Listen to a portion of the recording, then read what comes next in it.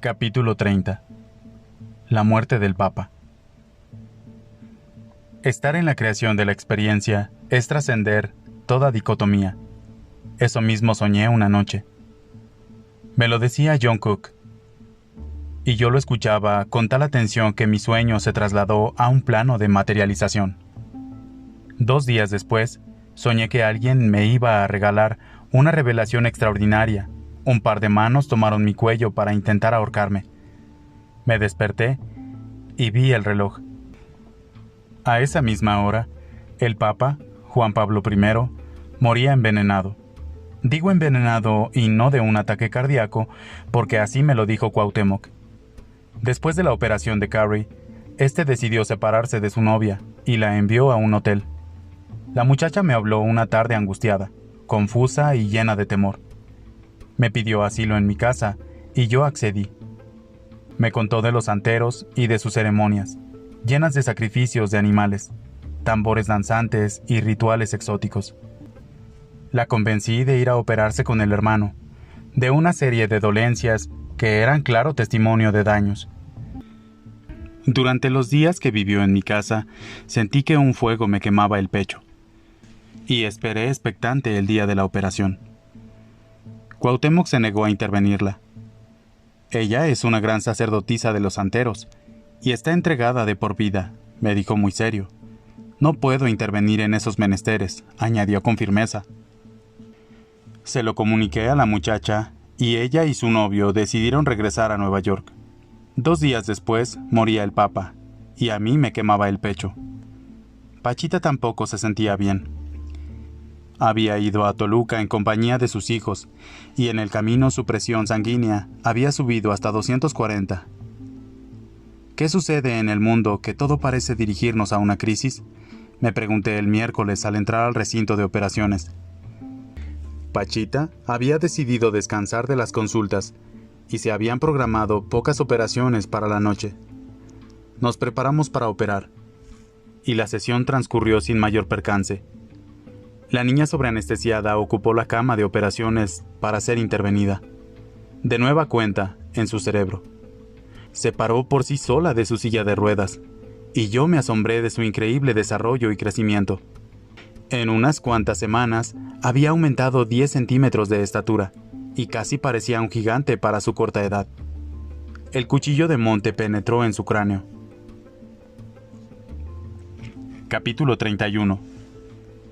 El daño de Armando. Cuando cumplí 13 años, me habían enviado una Biblia desde Jerusalén, de pastas de plata y bellísima caligrafía. Había decidido regalársela a Cuauhtémoc y a Pachita. El viernes siguiente, llegué temprano a la casa de Pachita. La gente hacía cola y después Memo me dijo que, de 76 consultas, el hermano solo había aceptado 20. Mi pecho ya no me quemaba y me acerqué al hermano para saludarlo. En el nombre de mi padre yo te saludo. En el mismo nombre yo te respondo, me contestó el hermano. ¿Cómo estás, mi cariñoso? Muy preocupado por la muerte del Papa. Lo mataron, Jacobo. Murió envenenado. Y es una señal. Está dicho que antes del final, los patriarcas de las iglesias perecerán. Primero fue el de la ortodoxa, y ahora el Papa. Yo no había oído que el jefe de la iglesia rusa ortodoxa muriera, pero era cierto. Con una separación de un mes, 2 líderes religiosos habían fallecido. Y eso no era una coincidencia, como nada lo es. Ojalá, pensé, que la luz venga sobre la oscuridad. Te traje un regalo, le dije mostrando el libro. Cuauhtémoc lo abrió y permaneció viendo una página unos instantes. Me pregunté si leía y entendía el hebreo, y como si hubiera leído mis pensamientos me contestó: «Aquí hablan como lo hacemos tú y yo». «¿Entiendes hebreo?», le pregunté en voz alta. Volteó a verme y sonrió, y le pidió a T que le entregara el regalo a su materia. «Gracias, hermano Jacobo». Me paré junto al hermano y lo acompañé durante las consultas, como siempre. Era asombrosa su capacidad bondadosa y su amor. La forma en que el ser humano le era transparente y su capacidad de reconocer enfermedades, problemas emocionales y ataduras siempre me dejaba con una sensación de perplejidad, y al mismo tiempo me confirmaba que a pesar de estar confinados dentro de un cuerpo, nuestros pensamientos afectan el espacio y son detectables por quienes han adquirido la capacidad de ver. En mi labor como psicofisiólogo, había llegado a la conclusión de que el cerebro crea un campo energético que interactúa con la organización del espacio, por lo que todos vivimos imbuidos y somos parte de una red energética que nos comunica y nos entrelaza en una unidad concebible, teórica para mí y vivencial para Cuauhtémoc. Ahora, veía que no solamente el cerebro, sino todo el cuerpo crea y participa de esa red, pero confieso que tales cuestiones energéticas son solo una aproximación lógica restringida, y con esa misma capacidad tienen poder y capacidad de explicar.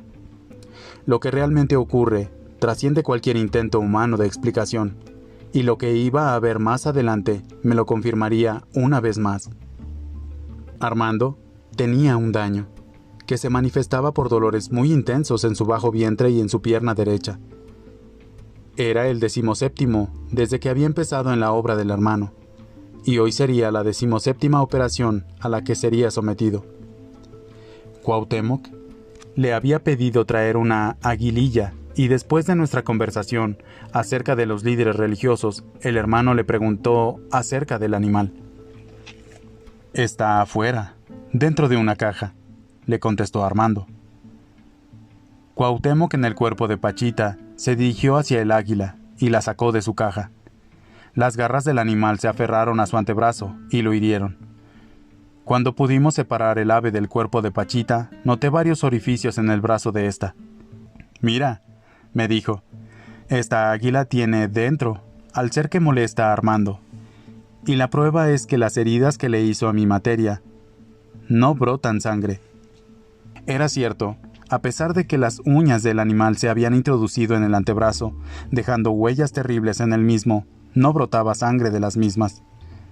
«Recuerda, hermano Jacobo», me dijo Cuauhtémoc, «cuando un animal hiere y no brota sangre de las heridas que produce, eso significa que el animal tiene un ser dentro». Recordé uno de los procedimientos que don Lucio utilizaba para limpiar casas. Hace una mezcla de hierbas y las enciende para llenar de humo las habitaciones, y en esos casos graves utiliza lo que él llama seguros. Estos generalmente son gallos, que se entierran en las entradas de la casa y que se tragan los daños. También recordé lo que la novia de Carrie me había descrito de las ceremonias de los santeros. Estos sacrificaban animales después de un ritual, en el que las bestias se apropiaban de los espíritus que se trabajarán en la ceremonia. «A ver, hermano Jacobo», me dijo quisquillosamente Cuauhtémoc, «¿cómo explicas esto?». Se refería a la ausencia de sangre de sus heridas. «Yo creo», empecé diciendo con inseguridad, «que el animal tiene dos campos energéticos interactuantes, y que la resultante de ambos cierra los poros de la piel de la víctima, y bueno», continué, «la verdad es que mi lógica no alcanza a explicar esto, ni nada de lo que he visto aquí». El hermano me miró con atención y me dijo que yo había cambiado mucho. Era cierto. Jamás me había sentido igual y mis procesos de pensamiento habían trascendido todo deseo de explicación concreta. Creía en Dios y tenía fe, y por fin había aceptado la supervivencia de la individualidad, después de la muerte corporal y todo lo que esto último implica. Deseé decirle al hermano que lo que más me había cambiado era su bondad y la de Pachita, y la aceptación de la individualidad permanente. El aquí, el allá y el más allá son los mismos, me dije para mí, recordando una frase memorable de don Lucio. Cuando me había dicho, no lo había entendido, y ahora ya era parte de mí. Si nos conservamos como individuos, es necesario fortalecer nuestra identidad. Si continuamos con nuestra labor, es necesario trabajar en lo más elevado. Si seguimos siendo, debemos hallar en nuestro interior la belleza, trabajar en su mantenimiento, continuidad y fortalecimiento. Quise decir todo eso en voz alta, pero solo acerté a murmurar un sí. Sí he cambiado. El hermano sabía lo que había pensado y me lo confirmó. Con una observación. Ahora tienes la fuerza. Me dijo, no permitas que nadie te haga dudar de lo que has visto, y tú tampoco hagas lo mismo con tu prójimo. Sé fuerte, y mantén tu propio yo frente a cualquiera. Así lo había hecho últimamente, con tal convicción que me extrañaba como antes. Era tan fácil que alguien me hiciera caer. Así lo haré, le respondí con firmeza. Estábamos en las consultas, y nuestro diálogo salpicaba los momentos en los que alguien salía del recinto y el próximo enfermo penetraba al mismo. Cada vez era más fácil que yo me introdujera en la vivencia atemporal, y el recinto, y las consultas, y sobre todo las operaciones me estimulaban ese estado en el que lo único que existe es un presente eterno. Una mujer que había sido operada de sus ojos se acercó a Cuauhtémoc. Este me pidió mi linterna y alumbró los ojos de la señora. Estos eran verdes y difusos. La mujer dijo haber empezado a ver después de la operación, pero todavía sin detalles. El hermano extendió su brazo derecho con la palma de su mano hacia arriba, y pareció esperar una materialización. Yo no noté nada concreto, pero la mano se movió en dirección a los ojos y pareció inyectar algo en ellos. La mujer reportó un incremento de luz y el hermano le dijo que pronto podría ver con detalle. En ese momento, y por una asociación extraña, recordé que el hermano era incapaz de distinguir el lado derecho del izquierdo. Yo me había preguntado la razón de esto, y había pasado desde la consideración de una comunicación interhemisférica, absolutamente fluida en el cerebro de Pachita, con la consiguiente mezcla de lo espacial con lo aespacial, de lo fantástico con lo lógico, de lo matemático con lo puramente intuitivo, hasta la consideración de ausencia de espacio en el hábitat del hermano, con la consiguiente ausencia de referencias direccionales.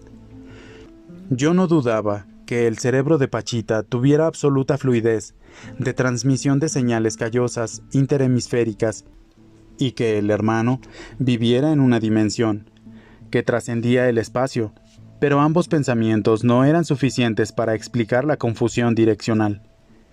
El siguiente paciente interrumpió mis pensamientos.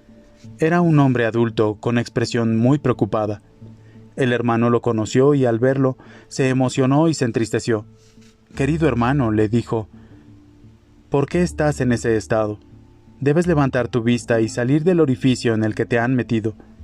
Sé que es por una mujer, y sé cuánto te duele. A mí mismo me lo hizo la Malinche. Recuerda su traición y mi dolor. Pero a pesar de eso me levanté, y con el alma rota pero con voluntad de hierro, hice frente al invasor y defendí a mi pueblo. Estás triste y no ves futuro, pero yo te digo que existe, y muy bello, y debes levantarte y andar recto. Tú eres muy luminoso, y nada debe hacerte caer. Pon tu voluntad al frente, y álzate, ofrece tu pecho al destino, y no dejes que algo así te derrumbe». El siguiente enfermo había sido abandonado por su mujer, llevándose a sus 5 hijos con ella. Cuauhtémoc se ofreció para visitar a la hembra y hacerla entrar en razón.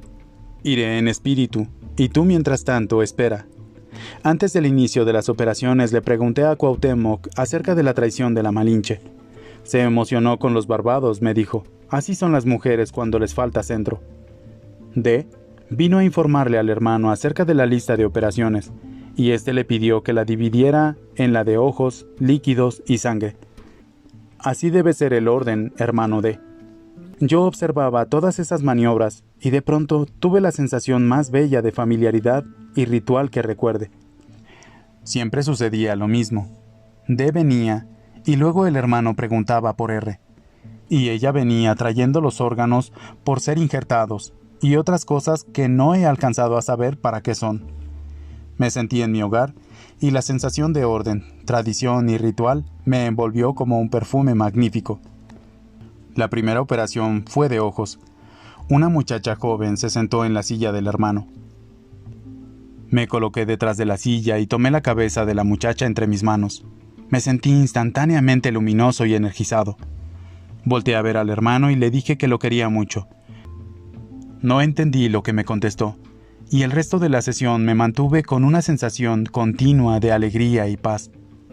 Después de varias operaciones de líquidos en niños, trajeron una muchacha joven. El hermano la vio y le preguntó por qué deseaba morir. La muchacha había sufrido un accidente de automóvil y había quedado semiparalizada. Odiaba aquella ocasión y maldecía al chofer del automóvil accidentado. «No quiero vivir», le dijo al hermano. «No veo nada que me guste, ni nada que me satisfaga». El hermano la confortó y después, en un tono serio, la regañó. «Quien sufre una enfermedad debe ser paciente porque de otra forma no se cura. Debes dar gracias a Dios que te conservó viva y dejar recriminaciones y maldiciones porque vuelven a uno y no es respetar la vida». La muchacha tenía enfermo un riñón y el hermano injertó un riñón de cadáver en sustitución del original. Yo ya había visto tantas operaciones similares que no me asombré y la consideré natural. El siguiente paciente era un famoso músico norteamericano. Su cuerpo flácido vivía en una silla de ruedas, paralizado de todos sus miembros. Era la segunda vez que lo veía, y en esta, como la anterior, llegó acompañado de una comitiva muy ruidosa. Cuauhtémoc lo obligó a pararse de su silla y dar algunos pasos, ayudado de su hijo y una amiga. «Vamos a quitarle un tumor de su pulmón», dijo Cuauhtémoc después. Acostamos a CH y el hermano hizo una incisión en su costado posterior. El músico dijo que ya no sentía agua en su pulmón y pidió permiso para hacer una pregunta que yo traduje. «¿Pachita ha vivido varias vidas?» «Por supuesto», contestó el hermano, «al igual que todos nosotros».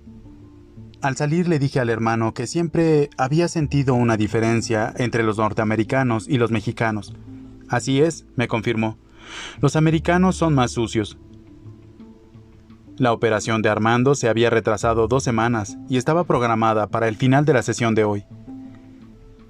Jamás me imaginé lo que vería, y me preparé para la intervención de Armando de la misma forma en la que me preparaba para las demás. Obviamente, sin embargo, había una diferencia de sentimientos. Sentía hacia Armando un cariño muy especial y una cercanía de hermanos. A pesar de que el hermano lo había operado otras 16 ocasiones, sentí un poco de nerviosismo en Armando. Lo acostamos boca arriba y como broma le di las mismas instrucciones que a otros enfermos. Relaja tu cuerpo, respira profundamente y reza. Cuauhtémoc pidió una cadena de protección y Candelaria, el cuerpo de Pachita y yo nos introdujimos en su centro. El hermano pidió a Dios por fuerzas y después abrió el vientre con las tijeras. Enseguida hizo una incisión de 15 centímetros con el cuchillo. Armando no se quejaba y controlaba su dolor a través de respiraciones profundas. El hermano empezó a hurgar en el interior del cuerpo, y a medida que profundizaba en el vientre, lanzaba exclamaciones de asombro. En cierto momento dijo que allí dentro había exactamente lo que Armando más aborrecía. Me pidió mi mano y me hizo tocar algo alargado, y una consistencia repulsiva. «Sácalo, Jacobo». Yo empecé a tirar de aquello, mientras Cuauhtémoc chiflaba. Era el mismo chiflido que yo había oído en una ocasión cuando el hermano se enfrentó con una entidad obscura proveniente de Brasil. Yo había interpretado el chiflido como un medio para alejar la oscuridad. Pero después de su operación, Armando me explicó que así llamaba Cuauhtémoc a su ejército en casos de gran peligro. Y aquello no era para menos. A medida que yo sacaba la cosa alargada, me daba cuenta y después confirmé que era una víbora. «Hipnotiza esa víbora», me ordenó Cuauhtémoc. Algo se apoderó de mí. Sentí una fuerza sobrehumana y le empecé a hablar al animal. «Víborita, vas a salir, víborita».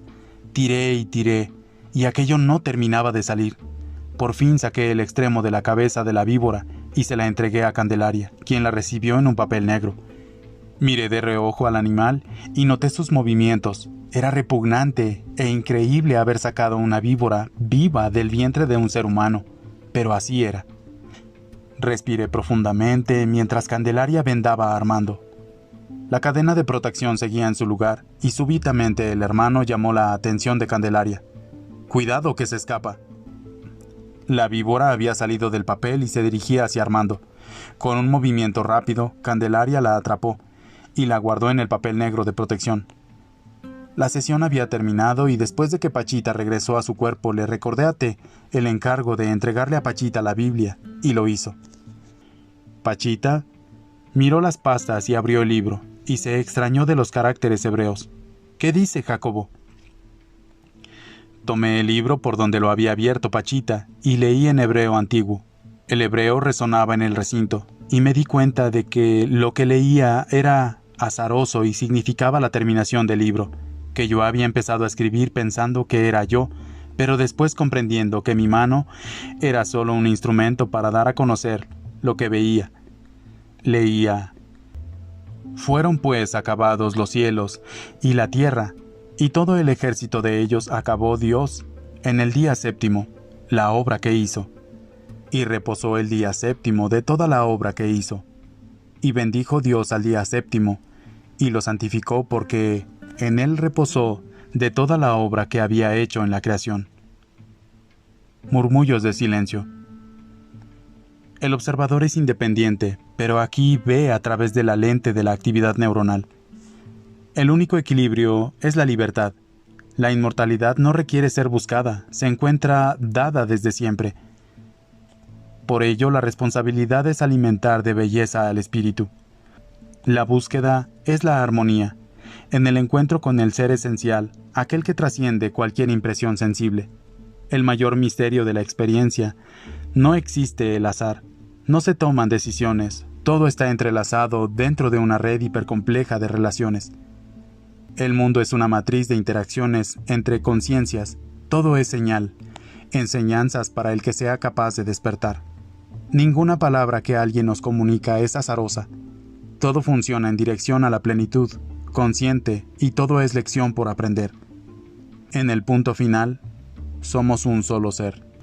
La experiencia religiosa es la plena aceptación de la existencia de un orden trascendente en el que no cabe el azar.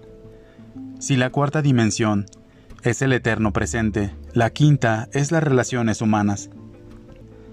La conciencia es el todo en cada instante del presente. Cuando la conciencia es libre, cuando la sensibilidad es óptima, somos lo que el universo es. En última instancia, todo es manifestación de la estructura cerebral, la que a su vez es un modelo de todo el universo. Cuando vemos, nos vemos a nosotros mismos. Cada imagen, sonido, sensación táctil, sabor, contiene todo el conocimiento. Siendo cada uno de nosotros la representación del estado total del universo en un instante dado, no se puede más que asegurar que nuestra esencia es la perfección. El cerebro es el matraz cabalístico del ser. El observador es una personita que se escandaliza por las estupideces que el cuerpo hace. El mundo real se localiza más allá del pensamiento. Desde el punto de vista lógico, todo puede llevarse al sinsentido. Por ello, la verdadera vida trasciende la razón.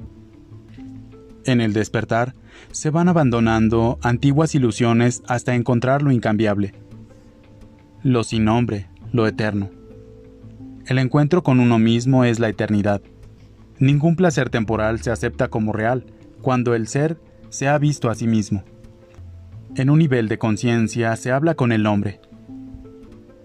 En un nivel de conciencia se habla con el hombre, en otro con el mundo, y cada sonido adquiere significado. Este es el verdadero sentido de la sincronicidad.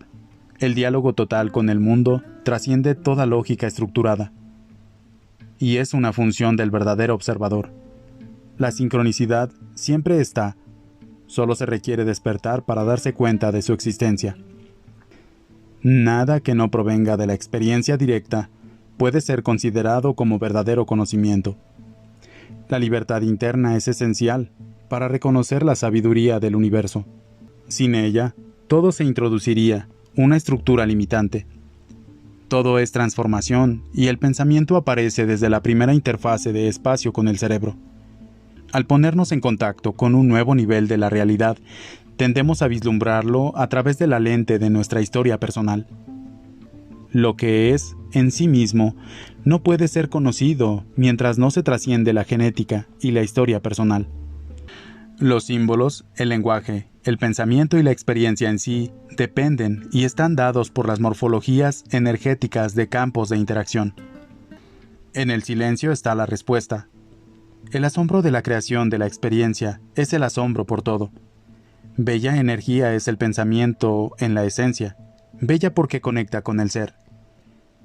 La conciencia de unidad con el todo se puede adquirir como se adquirió la unidad corporal.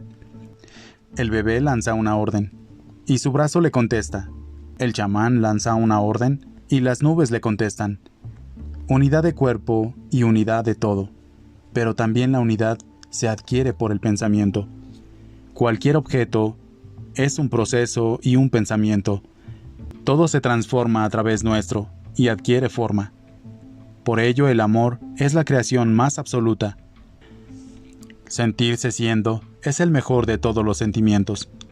Al caminar, nos pisamos a nosotros mismos.